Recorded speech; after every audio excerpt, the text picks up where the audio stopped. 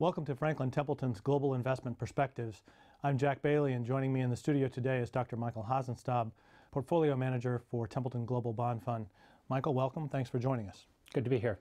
Let's jump right into it. Making headlines lately, the Eurozone and the countries that are part of the Eurozone.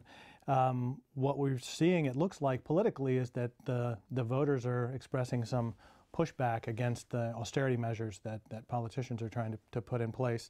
How is that impacting your view of the Eurozone and how you're managing the fund? Well, I think, first of all, it's important, as we all know, what politicians say to get elected and what they do once they're elected are never the same. And so there have been a number of politicians who have got elected by saying we're going to end austerity, but the reality is when they get in government, they're going to have to follow through some of that.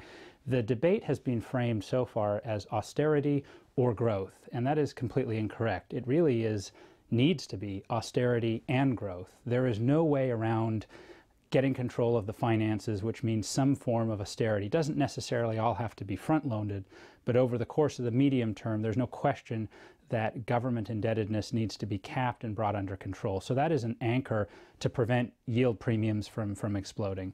At the same time, though, growth is important. And growth doesn't just mean spending money. Growth means liberalizing the economies. And this is where a number of countries have actually made some pretty good steps.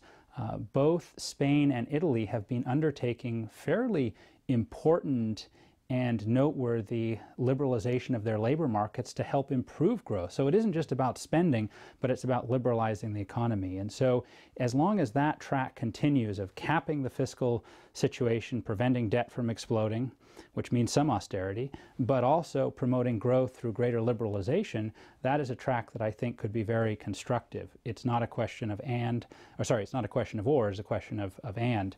However, that is not the case for all countries. Greece, the politics remain incredibly divisive and probably will for some time.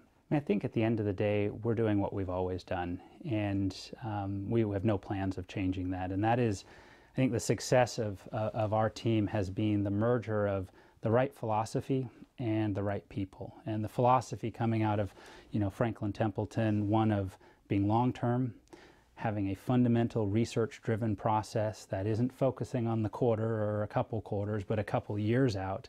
That has always been the framework in which we have looked at problems as well as opportunities in the marketplace. And probably today more than ever, I think the only way to get through periods of this volatility is to anchor yourself on a long-term thesis.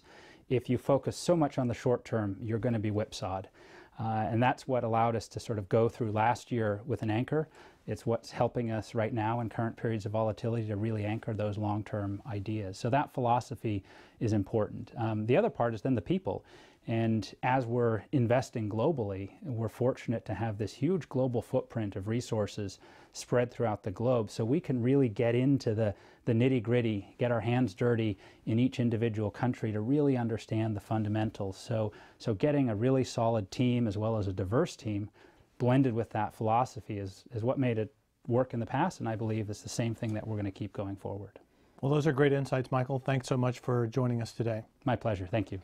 And thank you for watching.